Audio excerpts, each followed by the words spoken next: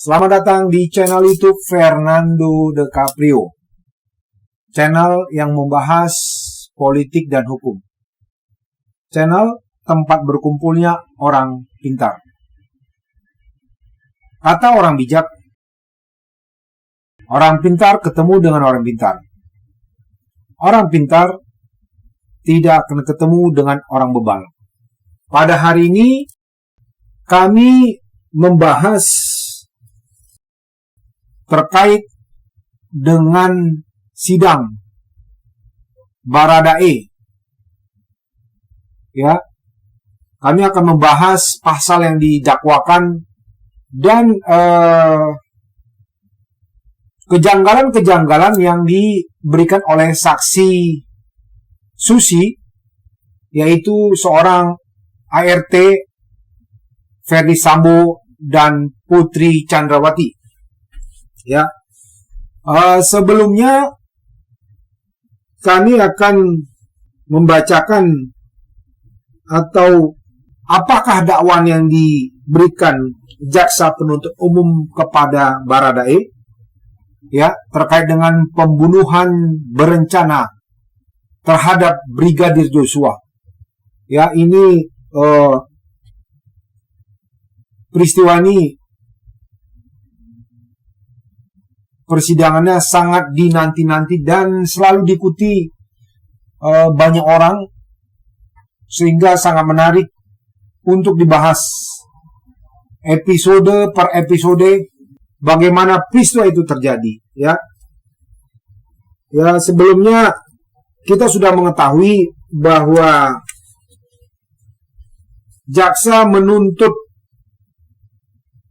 Baradae dengan pasal 340 junto pasal 55 ayat 1 ke 1 Kitab Undang-Undang Hukum Pidana subsidiar pasal 338 junto pasal 55 dan pasal 56 KUHP. Ya, seperti kita ketahui peristiwa kenapa Baradae dituntut dengan pembunuhan berencana, karena Baradae lah yang mengeksekusi Brigadir J. Sebelumnya Ferdy Sambo meminta kepada Ricky Rizal atau Bribka RR untuk mengeksekusi Brigadir J. Tapi Ricky Rizal menolak dengan mengatakan mentalnya nggak sanggup. Kenapa Ricky Rizal tidak berusaha menghentikan peristiwa pidana yang sudah diketahuinya akan terjadi perampasan nyawa kepada Brigadir J? Itu jugalah yang membuat Ricky Rizal di sini didakwakan pasal 340, ya, 338 junto pasal 55. Ya, karena dia mengetahui peristiwa itu tapi dia tidak menghentikan. Malah dia memanggil Baradae karena diperintahkan oleh Ferdy Sambo. Ya. Seperti kita ketahui juga bahwa ketika peristiwa pembunuhan itu akan dilakukan, Baradae itu pun tidak menolak perintah dari Ferdy Sambo. Ferdy Sambo meminta kepada Baradae untuk mengeksekusi Brigadir Joshua, tapi beliau tidak menolak. Ya, bahkan ketika pistol Glock 17 milik Richard 7 butir, lalu Ferdy Sambo memberikan 8 butir lagi.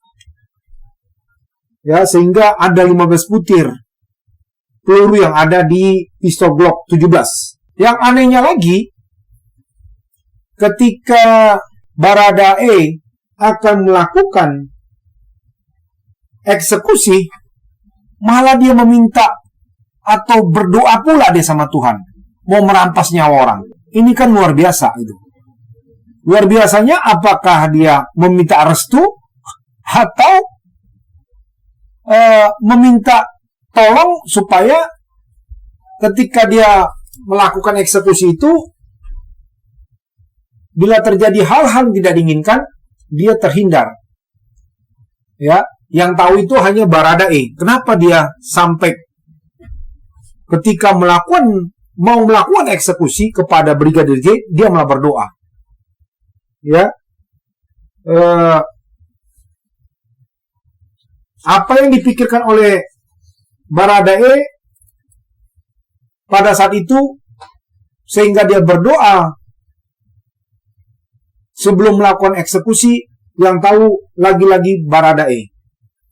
Ya, lalu ketika peristiwa itu terjadi, Baradae menembakkan senjata kepada Brigadir Joshua kira-kira 3 peluru sampai 4 peluru.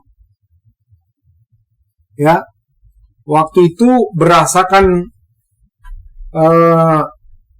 rekonstruksi, Sambo ketika memanggil Brigadir J disaksikan oleh yang lain, dia sempat menekuk leher dari Brigadir J dan Brigadir J tertunduk di lantai, bertanya kenapa.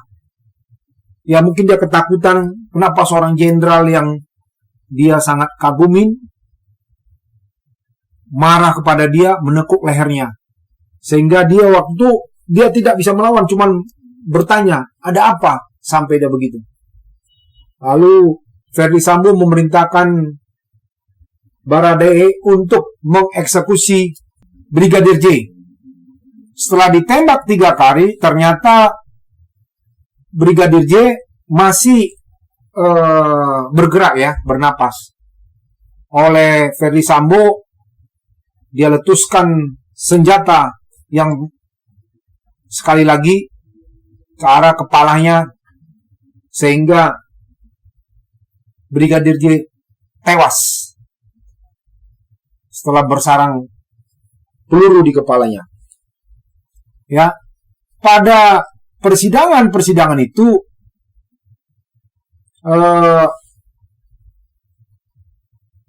JPU menghadirkan kira-kira 11 orang saksi. Ya, pada kasus Baradae, JPU menghadirkan 11 saksi. Saksi-saksi itu antara lain, ya, Adnan Romer, itu ajudan dari Ferdy Sambo. Prayogi Ikrata Wikaton, ajudan beliau juga. Marjuki, Security Complex Duren 3.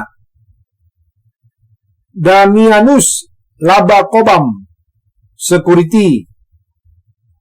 Daryanto alias Kodir, ART. Daden Miftahul Haq, ajudan Ferdy Sambo. Abdul Somad, ART. Alfonsius Dua Lurang, Security. Farhan Sabira, pengawal yang membawa motor. Leonardo Sambo. Inilah 11 orang saksi yang dihadirkan dalam persidangan Baradae. Ya, pada persidangan sebelumnya itu, persidangan pertama ketika jaksa membacakan dakwaan, pengacara dari Baradae tidak mengajukan eksepsi atau keberatan.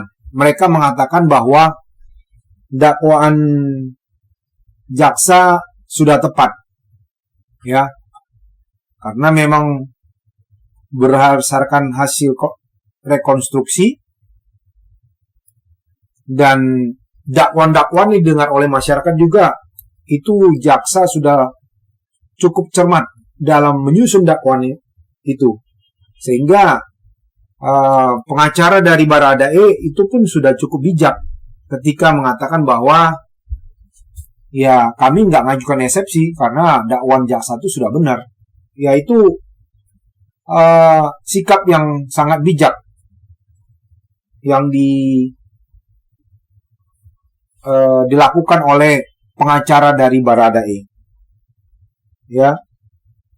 Nah, yang kita mau angkat lagi adalah bagaimana saksi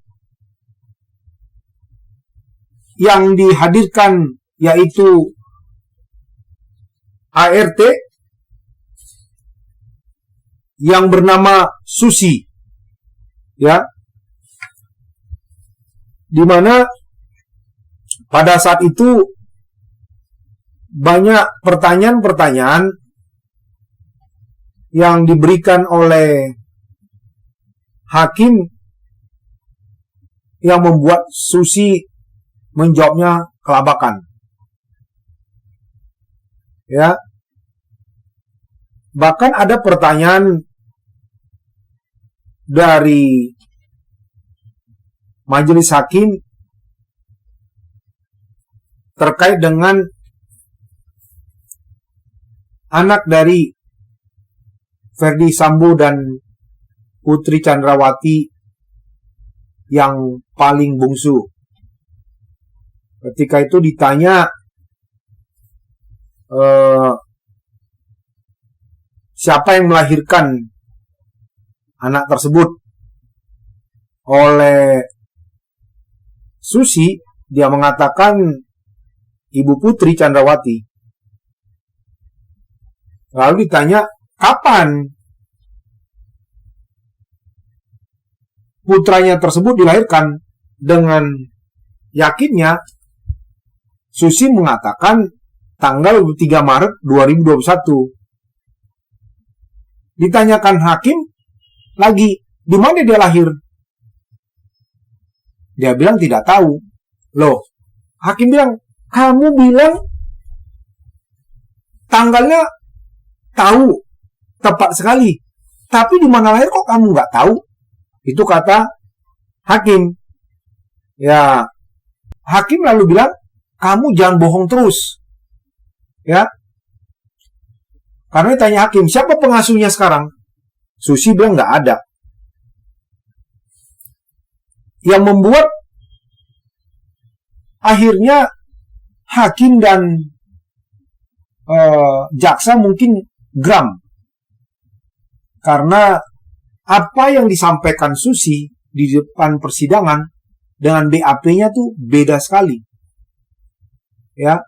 Jadi seperti ada yang ditutup-tutupin. Ya. Bahwa saksi yang memberi keterangan di depan persidangan apabila tidak menyampaikan atas fakta yang sebenarnya dapat dipidana sesuai dengan pasal 242. Ya. Apa pasal 242 tersebut? Pasal 242 mengenai sumpah palsu dan keterangan palsu. Pasal 242 ayat 1 mengatakan begini. Barang siapa dalam hal-hal yang menurut peraturan undang-undang menuntut sesuatu keterangan dengan sumpah atau jika keterangan itu membawa akibat bagi hukum dengan sengaja memberi keterangan palsu yang ditanggung dengan sumpah, baik dengan lisan atau dengan tulisan maupun oleh dia sendiri atau kuasanya yang isi istimewa ditunjuk itu, dihukum penjara selama-lamanya 7 tahun. Itu ayat 1. Ayat 2-nya mengatakan gini, jika keterangan palsu yang ditanggung dengan sumpah itu diberikan dalam perkara pidana dengan merugikan si terdakwa atau si tersangka, maka si tersalah itu dihukum penjara selama-lamanya 9 tahun. Ya. Ayat 3-nya yang disamakan dengan sumpah yaitu perjanjian atau pengakuan yang menurut undang-undang umum menjadi ganti sumpah. Ayat 4, dapat jatuhkan hukuman mencabut hak yang tersebut dalam pasal 35 nomor 1 sampai 4. Jadi atas keterangan yang diberikan oleh Susi, ART Ferdi Sambo dan Putri Chandrawati, kuasa hukum dari Baradae sebenarnya bisa membuat laporan di kepolisian dengan pasal 242. Karena apa? Pengacara Baradae yang membuat laporan ini tadi sesuai dengan pasal 242 ayat 2-nya, ya. Saya baca ulang ya di ayat 2 ya. Jadi supaya para penonton,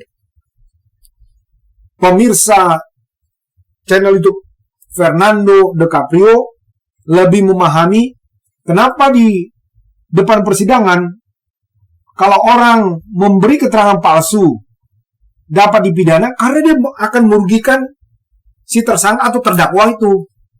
Kalau tuh kesaksiannya tidak benar, kan kasihan. Makanya Baradae kemarin ditanya, benar nggak itu? Tidak benar.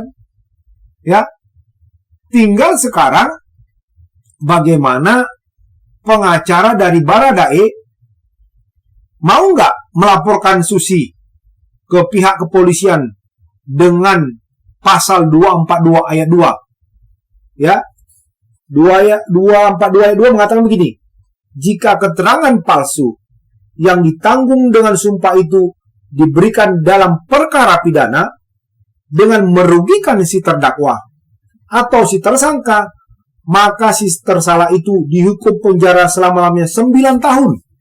Susi bisa dihukum 9 tahun karena memberikan keterangan palsu yang merugikan Baradae. Ya. Pengacara Baradae mau atau Baradae sendiri bisa meminta kepada pengacaranya memberi kuasa untuk melaporkan Susi. Karena kalau keterangan itu tidak benar, yang rugi adalah Baradae itu sendiri. Kalau Baradae tidak bertindak, seolah-olah pernyataan dari Susi itu adalah benar. Artinya, kalau Baradae mengatakan, ya, dalam beberapa kesempatan dia bilang dia tidak bisa menolak perintah atasan. Ya, kalau dia tidak bisa menolak perintah atasan, tapi kalau berdasarkan keterangan yang diberikan Susi itu, ya, berarti apa yang disampaikan oleh Baradae itu tidak benar. Ya, nanti jaksa akan mengkaitkan antara keterangan-keterangan para saksi dengan pernyataan atau BAP dari Baradae. Ya, disinilah kesempatan Baradae, karena Baradae sekarang kan sudah tidak ditahan oleh pihak kepolisian. Perlu kita ini sampaikan bahwa Baradae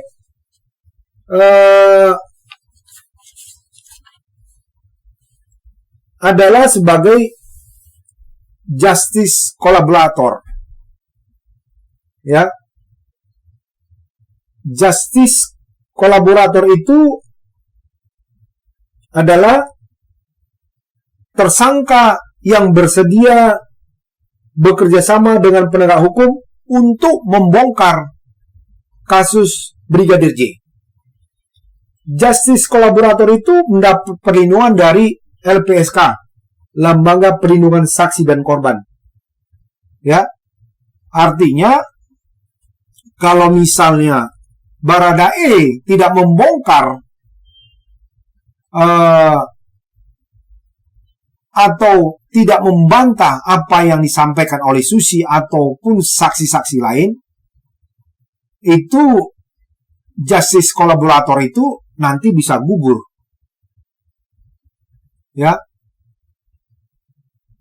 Nilai dari pengakuan Baradae bisa disampingkan kalau dia tidak membantah seperti yang disampaikan oleh Susi, ya, seolah-olah bahwa Baradae itu mengetahui adanya peristiwa pelecehan, ya, karena seperti ini keterangan di persidangan seolah-olah ada pelecehan pada tanggal 4. Waktu itu Susi mengatakan begini, benar yang mulia, dan itu memang saya lihat, tapi di situ saudara saksi menjelaskan bahwa saya mengatakan jangan gitulah bang, mengatakan pada Yosua, padahal itu tidak benar. Saya tidak pernah mengatakan seperti itu, kata Eliezer. Artinya, Eliezer harus benar-benar membantah atau mengcounter pernyataan Susi kalau memang keterangan Susi itu tidak benar. Kalau enggak, dia akan terjebak. Baradae sendiri akan terjebak kalau membiarkan keterangan Susi itu ternyata tidak benar, dia diamkan sendiri. Ya. Itu akan merugikan Baradae sendiri, yang mana kepada Baradae diancam pasal 340. Ancam hukuman maksimal, hukuman mati. Ya. Jadi mudah-mudahan Baradae ketika saksi-saksi lain dihadirkan lebih berani, ya. Termasuk juga untuk kasus Baradae kan Ferdy Sambo dan Putri Chandrawati nanti akan dihadirkan. Jadi jangan lagi menutup-nutupin, harus berani. Apapun itu sampaikan. Ya, tidak perlu lagi, karena toh juga Ferdy Sambo itu bukan lagi atasan dari Baradae. Ya, sudah dipecat, sudah bukan anggota Polri lagi, jadi nggak perlu harus takut atau menutup-nutupin kasus ini, nggak ada guna. Itu akan merugikan Baradae sendiri, ya. Bukan seterang-terangnya dalam persidangan, kalau memang benar apa yang disampaikan saksi, katakan benar. Kalau tidak benar, jangan takut. Karena saudara Baradae dalam hal ini telah dilindungi oleh LPSK. Dan status dari saudara Baradae adalah justice kolaborator. Ya. Tersangka yang dilindungi, yang mau bekerja sama untuk membuka tabir dari peristiwa pembunuhan Brigadir Joshua. Ya. Mungkin itu aja yang bisa kami sampaikan hari ini. Kami akan menayangkan episode-episode selanjutnya terkait dengan peristiwa pembunuhan Brigadir J. Ya. Mudah-mudahan para penonton channel YouTube Fernando DiCaprio tetap berkenan dan terus mengikuti perkembangan peristiwa ini. Saya selaku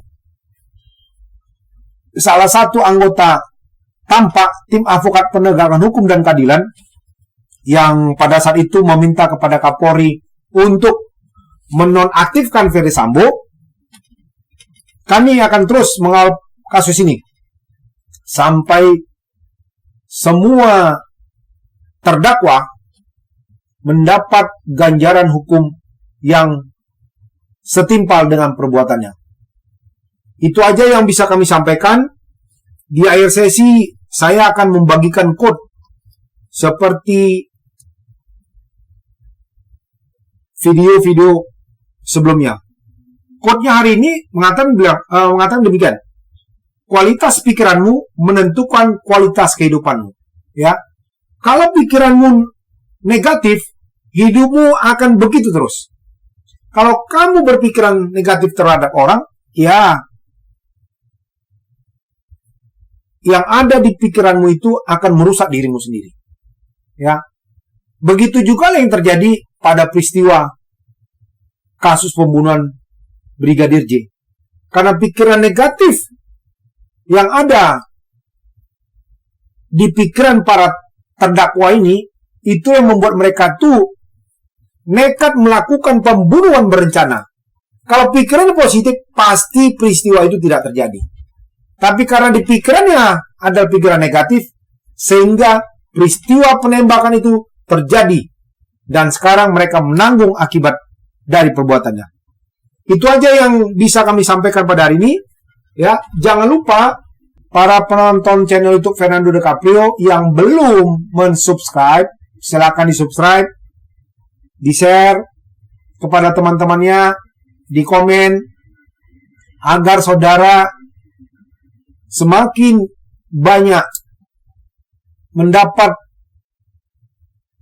hal-hal penting, berita-berita hukum, ya, menambah ilmu saudara. Jadi ketika ada peristiwa hukum yang menimpa saudara, saudara bisa menghadapi untuk sementara sebelum saudara mencari atau meminta bantuan kepada seorang lawyer. Itu aja yang bisa kami sampaikan. Tetap semangat. Jangan lupa, ya, selalu berserah diri kepada Tuhan. Terima kasih.